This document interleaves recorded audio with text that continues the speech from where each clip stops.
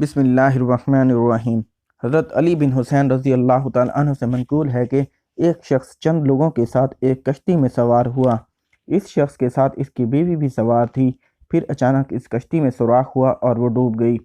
کشتی میں سوار سب لوگ غرق ہو گئے، لیکن اس شخص کی بیوی کشتی کے تختے کے اوپر لیٹ گئی اور وہ تختہ دریا میں بہتا ہوا عورت کو ایک جزیرے پر لے گیا، جہاں پر ایک ڈاکو رہتا تھا جو کبھی بھی بدکاری سے باز نہیں آتا تھا۔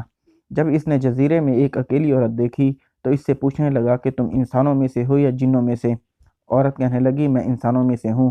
یہ سن کر وہ عورت سے لپٹ گیا اور زنا کرنے کی کوشش کرنے لگا۔ عورت نے بہت کوشش کی کہ وہ زنا سے باز آ جائے، مگر وہ کمزور اور بے بس تھی۔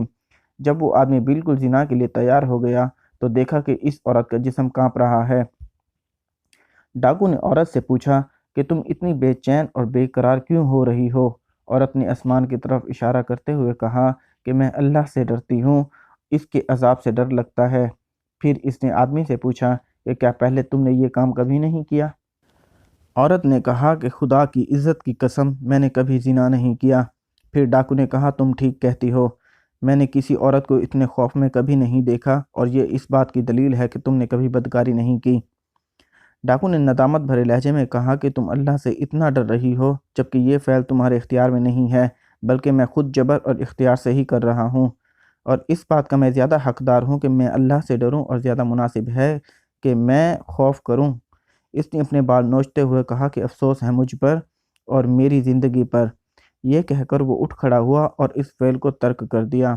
وہ عورت سے کچھ نہ بولا اور ملامت زدہ چہرے لیے واپس گھر آ گیا۔ دل میں یہ سوچ رہا تھا کہ میں اپنے گناہوں سے توبہ کروں گا۔ سخت گرمی کا دن تھا۔ راستے میں ایک راہب سے اس کی ملاقات ہوئی اور ان دونوں نے اپنا سفر جاری رکھا۔ جب دھوپ برداشت سے زیادہ ہو گئی تب راہب نے اس آدمی سے کہا کہ دعا کرو کہ خدا ہمارے اوپر ایک ابر بھیج دے جو ہم پر سایہ کرے۔ وہ آدمی کہنے لگا میری ساری زندگی گناہوں میں گزری ہے، میرا کوئی ایسا نیک عمل نہیں ہے کہ اللہ سے کوئی حاجت طلب کروں۔ پھر راہب نے کہا اچھا ٹھیک ہے، میں دعا کرتا ہوں اور تو آمین کہتا جا۔ بس راہب نے دعا کی اور اس آدمی نے آمین کہا۔ تھوڑی دیر بعد ہی ایک ابر ان کے اوپر سایہ فگن ہو گیا۔ ان دونوں نے اپنا سفر جاری رکھا حتیٰ کہ ایک دو راہا آ گیا اور ان دونوں کے راستے جدا ہو گئے۔